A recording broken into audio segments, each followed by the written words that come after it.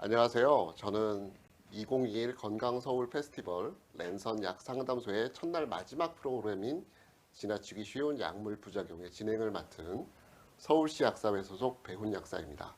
반갑습니다. 저와 이번 프로그램을 함께 진행해 주실 유튜버 채널 링거TV를 운영하시는 배현 약사님을 소개합니다. 네, 안녕하세요. 링거TV 배현 약사입니다. 유튜브는 이렇게 좀 이렇게 활기차게 해주셔야 됩니다. 네, 반갑습니다. 안녕하세요. 네. 약사님 오늘 만나 뵙겠어 너무 반가운데요. 네네. 오늘 약사님께서 진행해 주실 내용은 네네. 지나치기 쉬운 하지만 매우 중요한 약물 부작용에 대해서 말씀을 해주신다고 했는데 네, 맞습니다. 선생님 약물 부작용이라는 게 네. 어떻게 이야기하면 될까요? 네. 어떤 것이 부작용입니까? 배훈 약사님 일단 먼저 제가 질문을 좀 하나 드릴게요. 네. 부작용하면 어떠한 이미지가 먼저 떠오르시나요? 나쁜 거죠. 나쁜 뭔가가 이미지. 나쁜 거죠. 나쁜 이미지, 그렇죠? 우리 일반적으로 우리 약국에 오시는 소비자분들에게도 환자분들에게도 부작용이라는 이미지는 대부분 부정적인 이미지가 많을 거예요. 이 부작용이 부자가 아닐 부자가 아니라 버금 부자라는 거 혹시 알고 계셨습니까? 아, 그렇습니까? 네, 그렇습니다. 그래서 이 부작용이라고 하는 것은 네거티브 이펙트가 아닌 사이드 이펙트를 얘기하고요. 실제적으로 보면 이 부작용으로 인해서 오히려 의약품이 개발된 사례들도 굉장히 많습니다. 예를 들면 아스피린 같은 경우에는 출혈을 일으키는 부작용이 있는데요. 이러한 부작용을 이용해서 혈전을 용해하는 그러한 효과를 주기도 했고요. 그리고 우리 발모제로 탈모약으로 굉장히 유명한 약이 어떤 게 있죠? 피라스테라이드 종류를 말씀하시는 건가요? 네, 맞습니다. 우리가 프로페시아라고 하는 약은 전립선 비대증에서부터 출발하는 이러한 약인데 이걸 먹고 나서 털이 많이 나는 이러한 작용을 우리가 알고 나서는 탈모 치료제로 사용하게 된 거죠. 뿐만 아니라 머리에 이렇게 뿌리는 발모약도 있어요. 미녹시딜이라고 하는 제제도 역시 심장약에서부터 출발한 제제들입니다. 이렇게 많은 약들이 사실 부작용, 사이드 이펙트로부터 개발되기도 했기 때문에 부작용이라고 해서 무조건 나쁜 것이라고 보기는 좀 어렵습니다. 하지만 대부분의 부작용들은 일반적으로 몸에 어떠한 나쁜 영향을 끼치는, 즉 네거티브적인 영향을 끼치는 경우들이 많이 있기 때문에 사실 우리가 부작용이라고 하는 것이 무조건 또 좋다고라고 생각할 수는 없다는 것이죠. 그렇죠. 가장 중요한 거는 부작용이 네거티브적으로 발생했을 때 우리가 아는 생명에 굉장히 위협적인 요소로만 작용하는 것이 아니라 쉽게 지나칠 수 있는 여러 가지 부작용들도 많다고 하는 것이 되게 중요한 내용입니다. 예를 들어 소염 진통제를 우리가 복용하고 나서 약간 속이 더부룩하고 소화가 안 되는 것 같다라는 이런 느낌을 받는다면 일상적으로 많은 분들이 그냥 소화가 좀 안 되는 것 같아 라고 생각할 수 있지만 실제적으로는 소염 진통제가 가진 위장관계 부작용일 수가 있고요. 예를 들어서 감기약을 먹고 나서 변이 잘 안 나와요. 그러면 이런 것들은 변비를 유발하는 것인데 이러한 변비를 유발하는 것들도 대표적인 부작용일 수 있습니다. 그렇군요. 네, 때문에 의약품을 복용하고 나서는 어떠한 내 몸에 일정한 변화들이 나타났을 때 이 변화들을 관찰하는 것이 매우 중요하고 조금이라도 나타나는 변화들이 있을 때는 반드시 약을 처방받은 또 약을 조제한 약국의 약사와 상의하시는 것이 매우 중요하다고 볼 수 있겠습니다. 그러네요. 약국에 가서 약사님께 직접 물어보고 하는 게 굉장히 중요하다고 볼 수 있겠습니다. 네, 그럴 수 있죠. 약사님 오늘부터 날이 굉장히 추워지고 그래서 저희가 감기를 조심할 때가 된 것 같기도 한데요. 네, 맞습니다. 저희가 감기약을 먹을 때에도 주의해야 할 대단히 중요하지만 저희가 잘 모르고 지나치기 쉬운 네. 그런 것들이 있다고 들었습니다. 네, 맞습니다. 오늘 말씀드릴 주제가 바로 이 부분에 관련된 주제인데 저도 사실 오늘 옷을 조금 얇게 입고 나왔어요. 날씨가 어제까지만 해도 그닥 많이 춥지 않아서 좀 얇게 입고 지금 안에도 반팔이거든요. 근데 나와보니까 엄청 쌀쌀한 거예요. 이렇게 쌀쌀할 때 면역력이 떨어지면서 호흡기 감염증이 많이 생길 수가 있는데 이럴 때 우리가 이제 감기에 걸려서 보통 감기약을 많이 먹게 됩니다. 이렇게 감기약을 먹게 될 때는 항콜린 부작용이라는 부작용이 생길 수가 있어요. 이거는 사이드 이펙트보다는 네거티브 이펙트에 가까운 그런 효능이라고 볼 수가 있고요. 이러한 항콜린 부작용이 우리 몸에 끼치는 영향이 굉장히 크기 때문에 잘 알아두시고 매우 조심해야 될 필요성이 있다고 봅니다. 그러네요. 항콜린 그게 교감신경, 부교감신경 이쪽에 관계된 건가요? 네, 맞습니다. 항콜린 부작용 이렇게 하면 조금 어렵게 느끼실 수 있는 우리 시청자분들을 위해서 조금 더 간단하게 설명을 해드리면 우리 몸은 자율신경이라고 하는 신경계가 존재합니다. 이 신경계는 실제적으로 내 마음대로 움직일 수 있는 신경계가 아닌 신경계인데요. 이 신경계는 교감신경과 부교감신경으로 크게 나뉘어지고 교감신경은 우리가 주로 스트레스를 받았거나 또는 긴장을 한다거나 어떠한 싸움을 한다거나 뭐 이럴 때 많이 작용하는 신경계이고 부교감신경계는 음식을 먹는다거나 휴식을 취한다거나 할 때 많이 작용하는 신경계라고 볼 수가 있습니다. 즉 항콜린 부작용이라고 하는 것은 이 부교감신경이 잘 작동하지 못하도록 만드는 부작용이기 때문에 우리 몸에 끼치는 영향이 굉장히 크다고 볼 수가 있겠습니다. 아, 그러니까 우리 몸을 구성하고 우리 몸을 조절하는 두 가지 큰 줄기의 신경계 쪽에 한쪽을 약물이 저해하거나 해서 그렇습니다. 생기는 부작용으로 말씀하시는 네네 거군요. 맞습니다. 네. 대표적으로 그런 부작용에는 저희가 어떤 것들을 알고 지나가야 될까요? 우리 인체의 이 부교감신경, 즉 자율신경이라고 하는 것은 머리끝부터 발끝까지 작용하지 않는 곳이 없기 때문에 제가 위에서부터 아래까지 차근차근 좀 설명을 해드리도록 하겠습니다. 일단 먼저 눈에 부교감신경의 작용이 억제가 된다면 눈동자가 이렇게 커지는 산동이라고 하는 증상이 생길 수가 있습니다. 즉 눈부심이나 시야가 갑자기 잘 보여지지 않는 이러한 증상들이 생길 수가 있고요. 그리고 분비가 잘 되지 않음으로 인해서 눈물샘의 분비가 원활해지지 않으면 눈에 건조증이 생길 수도 있습니다. 코 쪽으로 내려와 보면 우리가 이러한 감기약들은 대부분 이 분비물을 억제하는 효과가 있는데요. 때문에 점막을 마르게 하고 건조하게 하기 때문에 코 안에 있는 점막도 건조하게 만들 수가 있고 입 안에 있는 점막도 건조하게 만들 수가 있어요. 어르신들 같은 경우에는 그렇지 않아도 입마름이 되게 불편한 증상일 수 있는데 이러한 약물로 그러니까 항콜린 작용이 나타나게 되면 입마름이 더 심해질 수 있는 거죠. 뿐만 아니라 땀 분비를 억제해서 땀샘이 전체적으로 잘 원활하게 작동하지 않도록 만들 수도 있습니다. 조금만 아래로 내려가 보죠. 우리가 심장 쪽으로도 작용할 수 있는데요. 심장 쪽에 이 항콜린 작용이 나타나게 되면 가슴이 두근거리는 증상이 생긴다거나 또는 답답한 증상들이 생길 수가 있습니다. 한 군데만 더 밑으로 내려가서 위장으로 가보죠. 위장으로 가게 되면 소화운동을 억제한다거나 소화액 분비에 작용하게 돼서 소화불량을 나타내게 할 수 있고 그리고 장 쪽으로 내려가게 되면 변비를 유발할 수도 있습니다. 뿐만 아니라 방광 쪽의 기능에도 매우 크게 작용할 수가 있는데 소변이 잘 나가지 않도록 만들어버리는 그런 작용이 있을 수가 있어요. 그래서 방광 기능이 예민하신 분들이라거나 전립선 쪽에 있는 분들도 굉장히 크게 조심하셔야 되는 것들이 바로 이 항콜린 부작용입니다. 항콜린 부작용 중에서 굉장히 요즘에 많이 이슈화되고 있는 거를 꼭 말씀드리고 싶은 부분이 있는데 뭐냐면 바로 머리 쪽에 작용하는 것입니다. 이 뇌 세포에 작용을 해서 기억력이라든지 이러한 것에 항콜린 작용이 나타나게 되면 자꾸 이제 기억력이 감퇴가 된다거나 집중력이 떨어진다거나 이러한 증상들이 생길 수 있기 때문에 머리부터 발끝까지 이 항콜린 부작용은 사실 작용하지 않는 곳이 없다. 이렇게 생각하셔도 뭐 틀린 말이 아닐 거예요. 그렇군요. 감기약을 먹을 때도 정말 생각해야 될 것이 많은데요. 감기약 이외에도 이런 항콜린 작용을 나타내는 약물들이 있는 걸로 알고 있습니다만 네, 맞습니다. 어떤 것들이 있을까요? 일단 항콜린 작용을 하는 여러 가지 약물들이 있습니다. 대표적으로 나타나는 것들은 우리 멀미약 키 밑에 많이 알고 계실 거예요. 이렇게 붙이는 멀미약이 있는데 이 멀미약의 가장 대표적인 성분이 스코폴라민이라고 하는 성분입니다. 이 성분이 역시 항콜린 부작용이 굉장히 강한 약이기 때문에 요즘에는 소화용 키미테가 아예 전문 의약품으로 바뀌어서 일반 의약품이 아닌 그래서 소비자가 그냥 선택해서 살 수 있는 약이 아닌 걸로 바뀌기도 했습니다. 뿐만 아니라 복통에 사용하는 진경제의 경우에도 항콜린 부작용이 있을 수가 있고 소변 쪽에 작용하는 디트로판이라는 제제들 모두 항콜린 작용이 있을 수가 있습니다. 그뿐만이 아닙니다. 우리가 알레르기 증상에 사용하는 여러 가지 약물들도 역시 항콜린 부작용이 있는데요. 우리가 콧물, 재채기, 뭐 이런 두드러기 같은 알레르기에 사용하는 세트리진,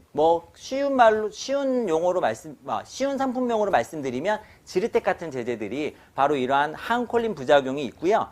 뿐만 아니라 저녁에 이제 잠이 잘 안 와서 사용하는 일반 의약품도 있습니다. 이러한 수면 유도제, 비습관성 수면 유도제의 경우에 독시라민이라는 성분이 들어있는데 이 성분 자체도 역시 항콜린 부작용이 있습니다. 약사님, 두드러기 같은 거 이렇게 나는 경우에 먹는 약 혹시 알고 계시나요? 알레르기약이라 그러면 보통 하루에 한 번 먹는 그 지르텍 계열이 있지 않나요? 네, 지르텍 계열도 있지만 뿐만 아니라 우리가 여러 번 먹는 가려움증을 많이 가라앉히는 여러 번 먹는 약도 있잖아요. 네, 그렇죠. 그러니까 그 코감기약으로 대표되는 네, 그런 약들, 맞아요. 항히스타민제라고 네, 하죠. 맞습니다. 그러한 약물도 역시 항콜린 부작용이 있습니다.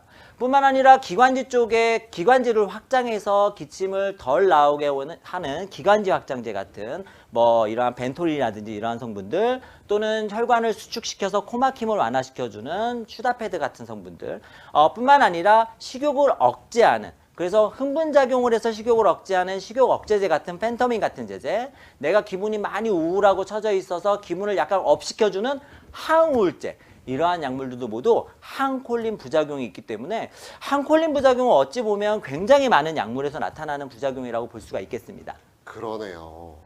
앞으로는 감기약을 먹을 때도 꼭 약사님께 물어보고 그리고 주의사항을 반드시 듣고 네. 먹어야 되겠습니다. 맞습니다.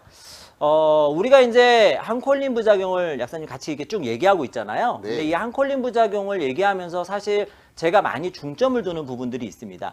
일반적으로 아주 건강하신 분들이라면 사실은 항콜린 부작용이 크게 좌우 안 될 수도 있어요. 내가 뭐 감기약을 먹었는데 지금 말씀드린 모든 증상들이 나타나는 경우는 거의 드물 겁니다. 일반적으로 입마른 증상이나 또는 약간의 변비 또는 약간의 잠이 안 오는 증상 등 이러한 증상들은 나타날 수 있다 하더라도 지금 말씀드리는 머리부터 발끝까지 네. 무지막지한 증상들이 나타나는 경우는 거의 없을 거예요. 그런데 사실 우리가 중점을 둬야 되는 부분은 뭐냐면 항콜린 부작용에 취약하신 분들입니다. 그렇죠. 대부분 노인의 경우에 굉장히 취약할 수 있어요. 그런데 우리가 호흡기 같은 약물들은 대부분 어르신들이 많이 드시잖아요. 젊은 애기들하고 어린 애기들하고 그렇죠. 어르신들이 많이 드시게 되는데 이러한 어르신들이 다른 약물도 많이 드시고 계신데 이 항콜린을 유발하는 약물까지 더 드신다면 항콜린 부작용이 훨씬 더 심하게 유발될 가능성이 매우 높다라는 거. 어르신들 같은 경우에는 우리가 요즘에 가장 걱정하는 게 암 1번이고 네. 두 번째가 치매래요. 그렇습니다. 근데 이렇게 어르신들이 걱정하시는 이 나쁜 질환 중에 하나를 사실은 이러한 항콜린성 약물들이 유발할 수 있다면 사실 되도록이면 항콜린 작용이 덜한 제제들로 선택해서 드시는 게 매우 중요하다 이렇게 볼 수 있겠고요.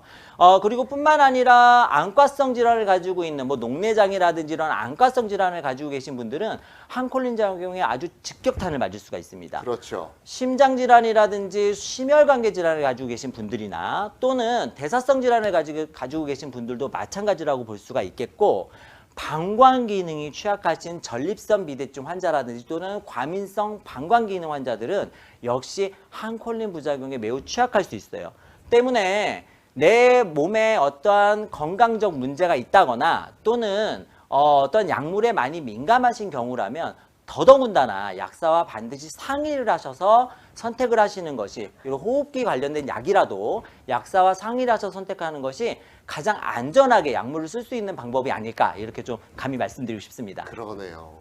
그 외에 또 하시고 싶은 말씀은 없으신가요? 굉장히 중요한 것들을 아직 말씀 안 하신 것 같은데. 제가 웬만한 건 다 얘기한 것 같은데 어떤 걸 또 말씀 안 드렸는지 잘 모르겠습니다만은. 그러면 네네. 저희가 이 코너를 위해서 네. 사전 질문을 받은 것들이 있습니다. 네네네네. 그런 것들을 몇 가지 시간이 되는 대로 네네네네. 짚고 넘어가 보도록 하겠습니다. 네네. 첫 번째 것은 처음에 저희가 지나치기 쉬운 약물 부작용이라 그러니까 매우 많은 분들이 이걸 생각하셨나 봐요. 네네네. 항생제 부작용에 대해서 알고 싶다라고 하는 질문이 올라오셨습니다. 네네네. 여기에 어우. 대해서 좀 말씀을 해주십시오. 아, 네, 굉장히 알겠습니다. 중요한 문제이긴 굉장히 합니다. 중요한 문제입니다. 저희 약국에서도 많은 분들이 사실 질문하는 문제 중에 하나고요. 항생제를 굉장히 부정적으로 생각하시는 이러한 많은 분들이 사실 이 항생제의 부작용이나 또는 여러 이러한 매체에 많이 노출되어 있는 항생제에 대한 이러한 네거티브적인 이러한 부분들일 거예요. 그래서 이 부분들을 조금 더 확실하게 좀 말씀드리고 넘어가도록 하겠습니다. 네. 일단 항생제 부작용에서 우리가 가장 걱정해야 되는 부분은 과민 반응입니다. 항생 물질이라고 하는 것은 사실 우리 몸에서 만들어지는 것이 아니기 때문에 우리 몸에 들어왔을 때 여러 가지 알레르기 반응을 일으킬 수가 있습니다. 이 과민 반응이라고 하는 것은 각 항생제별로, 그러니까 각 성분별로 각각 다른 알레르기 반응을 유발할 수 있기 때문에 내가 어떠한 항생제에 알레르기 반응이 있다면 그 항생제만을 조심하시면 됩니다. 다른 항생제의 경우에는 물론 알레르기 반응이 나타날 수도 있지만 일반적으로는 모든 항생제에 알레르기 반응이 있는 경우는 거의 없기 때문에 내가 어떠한 항생제를 먹고 나서 알레르기 반응이 있었다는 것을 알고만 있다면 아주 안전하게 드실 수가 있는 것이죠. 단 어떠한 항생제에 의해서 알레르기 반응이 일어났다면 그 항생제의 성분을 반드시 확인하셔서 다음 진료를 받을 때 말씀해 주셔야 되는데, 성분 확인은 우리 약을 처방받았던, 약을 조제받았던 약국의 약사님께 물어보시면 아마 친절하게 상담을 해 주실 것 같습니다. 그리고 항생제가 나타날 수 있는 부작용은, 항생제라고 하는 것은 몸에 있는 유해균만 죽이는 것이 아니라 유익균도 많이 손상시킬 수가 있죠. 우리 몸에는 많은 유익균들이 존재하는데요. 특히 장내에 굉장히 많은 유익균이 존재합니다. 항생제를 복용하고 나서 장내에 많은 유익균들을 손상시키게 되면 설사라든지 복통 등의 증상을 일으킬 수가 있는데, 이러한 부분들로 인해서 나타나는 부작용이 있을 수가 있습니다. 이 역시 모든 항생제가 다 이러한 부작용을 나타내는 것은 아니고요. 일반적으로 나타내는 아목사실린 계열의 항생제가 많은 이 부작용을 나타내게 되는데, 혹시 민감하신 경우라면 이 계열의 항생제가 아닌 다른 항생제를 쓰신다면 이러한 부작용도 최소한으로 막을 수가 있습니다. 한 가지만 더 말씀드리면, 항생제를 사용하고 나서 나타나는 위장 자극이 있을 수가 있습니다.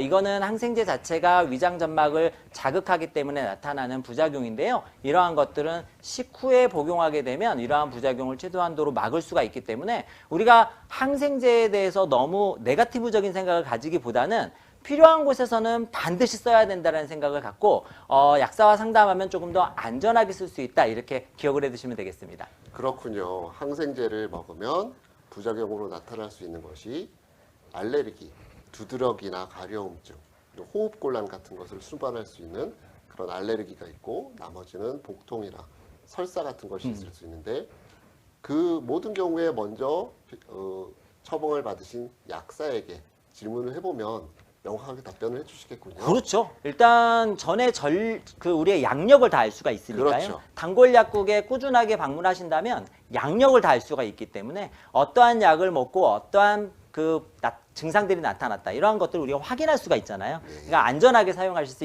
있다고 보시면 되겠죠. 맞습니다. 그 다음은 백신 접종 후 개보린이나 타이레놀 같은 진통제에 알러지가 있는 사람은 먹어도 되는 약이 있을까요? 병원에서는 전문 용어로 설명을 해주셔서 여태까지 아픈 경우에 약을 먹지 않고 참고만 아이고. 있습니다라는 어머머머. 안타까운 사연이 올라왔는데요. 이건 진짜 안타까운 여기에 대해서 사연이네요. 좀 말씀을 해주십시오.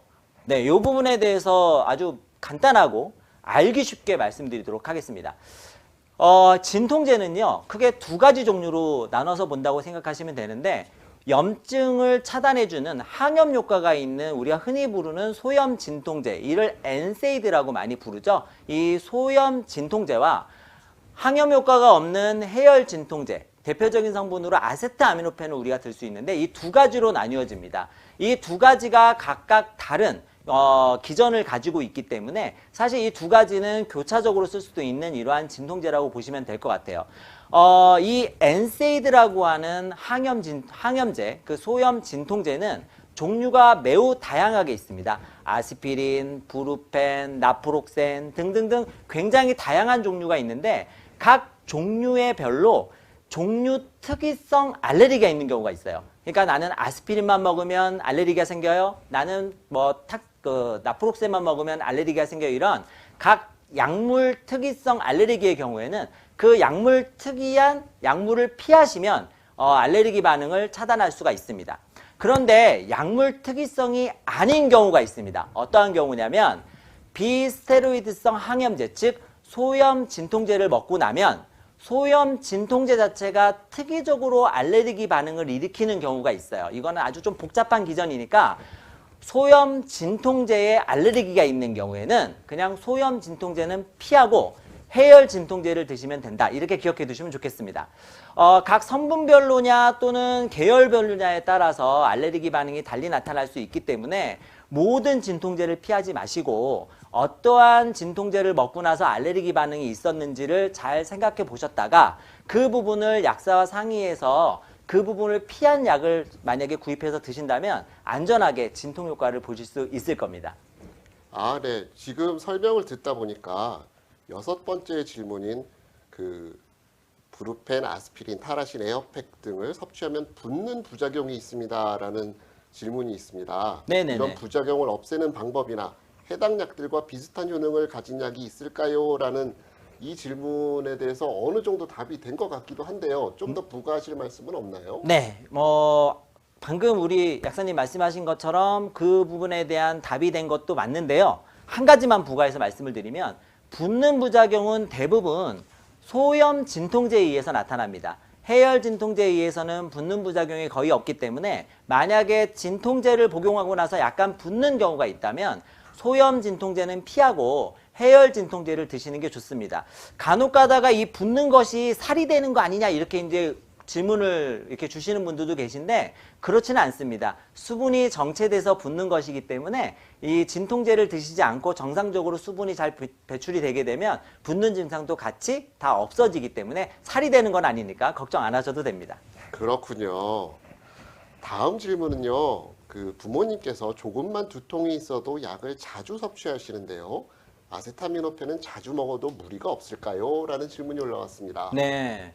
요즘에 아무래도 진통제를 좀 많이 접하시는 경우들이 많잖아요. 백신 이후에 그 여러 가지 백신으로 나타나는, 그러니까 면역 반응으로 나타나는 발열과 통증을 완화시키는 용도로 진통제들을 많이 드시고 계시긴 한데, 진통제를 드실 때 반드시 주의하셔야 될 것은 시간 간격을 잘 맞추신다는 것. 각 진통제별로 드실 수 있는 시간 간격이 있는데 시간 간격을 잘 맞추신다는 것과 그리고 하루 일정 용량, 최대 허용 용량을 잘 맞추시는 게 중요하다 이렇게 말씀드리고 싶습니다.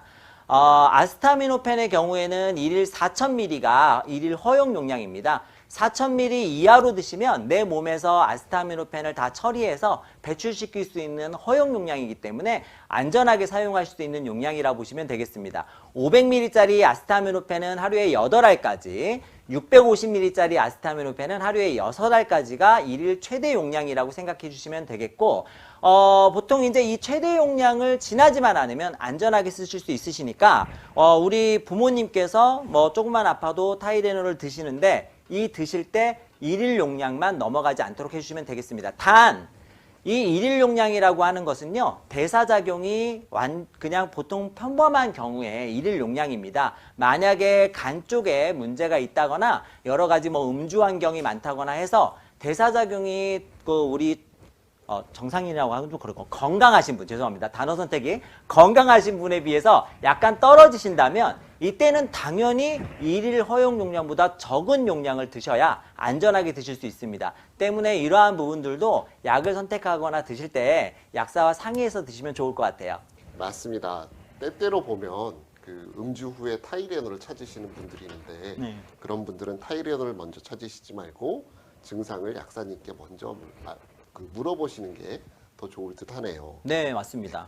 그 다음은 비염이 너무 심한 학생이라고 하시는 분인데 비염약만 먹으면 너무 졸린다고 하셨습니다. 수면 유도가 없는 비염약이 있을까요? 라는 질문입니다. 네네네. 이 역시 약국에서 많이 질문이 나오는 부분인데요. 비염약은 일반적으로 항히스타민제로 이루어진 경우가 많습니다. 내 몸에 발생하는 알레르기 증상으로 인해서 발생하는 히스타민을 차단하는 약인데요. 이 항히스타민제는 개발된 상태에 따라서 1세대와 2세대, 2.5세대로 나누고 있습니다. 1세대 항히스타민제들이 대부분 뇌에 있는 부분까지 작용을 해서 졸림 증상을 많이 유발할 수 있는 특징을 보이게 되는데요.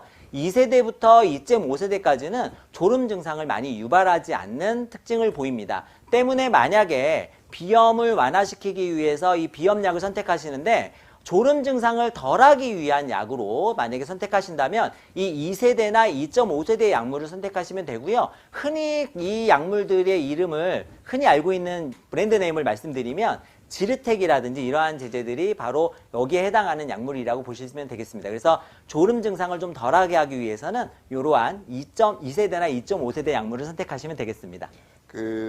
여러분들이 만약에 1세대인지 2세대인지 아시기 힘드시면 먹는 횟수로 대충 구별하는 방법도 있다면서요? 맞네요. 제가 그 방법이 굉장히 쉬울 것 같아요. 네. 보통 1세대 약물은 작용 시간이 짧기 때문에 보통 하루 3번에서 4번 정도 복용하게 되어 있죠. 그래서 만약에 비염이나 코감기약으로 하루 3번을 먹게 되어 있는 약이라면 그거는 1세대라고 생각하시면 될 것 같습니다. 그러네요.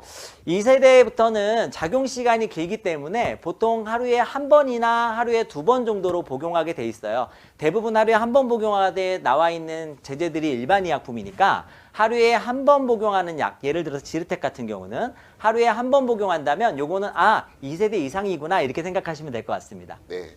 도움이 많이 되셨기를 바라겠습니다. 그 다음 질문도 저희가 약국에서 꽤나 자주 받는 질문이긴 한데요. 네. 시어머님이 아침에 눈 뜨자마자 습관적으로 이거 상품명을 얘기하기가 그래서 학생 피곤하지 뭐 이런 slogan으로 유명한 네. 학생 피곤하지. 네. 를 일어나자마자 드시는데 문제가 없을까요? 라는 질문이 올라왔습니다. 네. 아주 위트가 넘치십니다, 학생님. 감사합니다. 학생 피곤하지? 이 대부분 이렇게 하면서 건네는 음료수. 네. 이 음료수는 우리가 카페인이 좀 들어가 있는 음료수죠. 대부분 카페인과 영양소들, 비타민이나 타우린 같은 영양소가 들어가 있는 이러한 음료수를 얘기하는데요. 이 음료수에는 우리가 우려가 되는 것이 역시 카페인 때문 아니겠습니까? 보통 무스카페인 30ml 정도가 들어가 있는데요. 우리 식품의약품안전처에서는 우리 성인이 일일 카페인 허용 용량을 400ml 정도로 규정하고 있습니다. 400ml 이하로 드셨을 때 건강한 성인은 크게 문제가 없는 용량으로 판단하고 있기 때문에 이 학생 피곤하지? 여기에 들어있는 카페인 용량 보통 30ml 정도 또는 많이 들어있는 거는 50ml에서 100ml까지 들어있기도 한데요. 이 정도의 용량은 일일 한 개 용량보다 현저히 낮은 수준이기 때문에 하루에 한 병 정도 드시는 거는 건강상에 크게 문제가 없다고 저 개인적으로는 판단하고 있습니다. 우리가 여러분들 흔히 드시는 아메리카노에 들어있는 카페인 용량이 100ml 정도 돼요, 평균. 그렇기 때문에 사실 30ml는 그렇게 높은 용량은 아니라고 볼 수가 있겠죠. 네, 그렇군요. 커피 한 잔이라고 생각하시면 그렇게 무리는 없겠습니다. 네, 그럴 것 같습니다. 네. 네. 네. 죄송합니다. 물론 카페인에 민감하신 분이라든지 또는 심혈관 질환이 있으신 분이라든지 또는 방광 기능에 민감도가 높으신 분이라든지 하는 경우에는 카페인의 허용치는 현저히 낮아질 수 있기 때문에 이러한 경우에는 카페인이 들어있지 않은 다른 건강 음료를 드시는 것이 더 좋을 수도 있을 것 같습니다. 그렇죠. 네. 자, 저 벌써 30분이라는 시간이 거의 다 되었는데요. 벌써 다 지나갔나요? 그렇습니다. 어머, 정말 시간 빨리 지나가는데요. 후딱 가는 것 같습니다. 오늘의 소감 한 말씀 부탁드리겠습니다. 네. 일단 이렇게 유튜브 영상으로 우리 시청자 여러분들과 직접 이렇게 건강에 대한 얘기를 할 수 있다라는 거, 이러한 장이 열릴 수 있다는 것이 너무나 좋은 것 같습니다. 사실 우리가 이러한 미디어를 이용해서 만나지 않으면 만날 수 없는 분들까지도, 오프라인에서는 만날 수 없는 분들까지도 이 온라인을 통해서 만날 수 있기 때문에 건강에 대한 얘기들을 이렇게 쭉 같이 나눌 수 있었다는 게 너무 뿌듯하고 좋았고요. 이러한 자리를 만들어주신 서울시 약사에서 다시 한번 좀 감사 말씀을 좀 드리고, 앞으로도 이러한 자리가 계속 좀 지속적으로 있었으면 좋겠다는 생각을 좀 해봤습니다. 네, 오늘 나와주신 배현 약사님 정말 감사합니다. 네, 감사합니다. 네. 네, 약은 그 자체로도 유익성과 유해성을 동시에 갖고 있기 때문에 약을 조제하거나 구입할 때 약사와 직접 대면해서 설명을 듣고 상담하는 일은 매우 중요합니다. 간편하게 처방약의 이름과 효능이 인쇄된 약봉투를 받기도 하지만 중요한 사항을 다시 한번 강조해서 알려드리기도 하고, 일반 의약품도 약의 올바른 사용에 관해서 훨씬 더 정확하고 개개인의 차이에 따른 정보와 부작용들에 대해서 약사들은 알려드릴 수 있습니다. 그러니 반드시 이렇게 명찰을 달고 계시는 약사님들과 상담하시기를 바라고요. 여러분이 약국에 들어가셨을 때 눈에 띄기 쉬운 곳에 걸려있는 약사 면허증도 다시 한번 확인하시기 바랍니다. 이상 랜선 약 상담소 첫 번째 날을 종료하겠습니다.